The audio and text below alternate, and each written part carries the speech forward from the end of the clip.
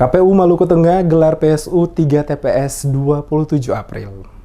Komisi Pemilihan Umum Kabupaten Maluku Tengah menjadwalkan pemilihan suara ulang atau PSU pada 3 tempat pemungutan suara tanggal 27 April mendatang. 3 TPS yang akan melakukan PSU yaitu TPS 6 Desa Haruru, Kecamatan Amhai, TPS 6 Kelurahan Letuaru, Kecamatan Kota Masohi, dan TPS 1 pada Desa Kokroman, Kecamatan TNS Waipia. Ketua KPU Maluku Tengah Abdus Samad Ningkeula kepada DMS Media Group membenarkan dilakukan PSU di 3 TPS tersebut berdasarkan rekomendasi dari Panitia Pengawas atau Panwas 3 kecamatan itu. Ningkeula mengatakan, sesuai rekomendasi Panwas, ada beragam pelanggaran, diantaranya terdapat pemilih yang melakukan pencoblosan tidak memiliki KTP elektronik, bahkan ada pemilih yang melakukan coblos padahal yang bersangkutan tidak terdaftar baik dalam DPT maupun DPTB sehingga perlu dilakukan PSU. Menurutnya, KPU telah melakukan rapat dan menetapkan jadwal PSU berlangsung 27 April mendatang. Ningkeula menambahkan dalam pengawasan pemilu 17 April lalu,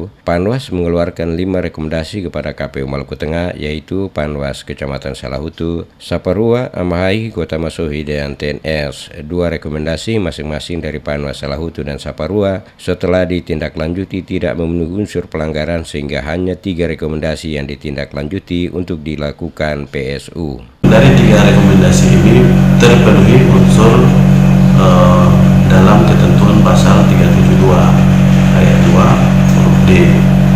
Jadi masing-masing rekomendasi ini membuktikan bahwa terdapat pemilih yang dia melakukan pencoblosan tidak memiliki KTP elektronik, tidak terdaftar pada DPT atau DPTB, sehingga melalui rapat pleno kami putuskan untuk dilakukan pemungutan suara ulang. Itu di TPS mana-mana saja yang indikasi? Untuk pada wilayah PPK Kecamatan Amhai ada TPS 6 Desa Haruru, kemudian pada wilayah Kecamatan Kota Masohi ada TPS 6 Kelurahan Letuaru, dan kemudian pada Kecamatan Teonilas Rua ada TPS 1 Desa Kokroman.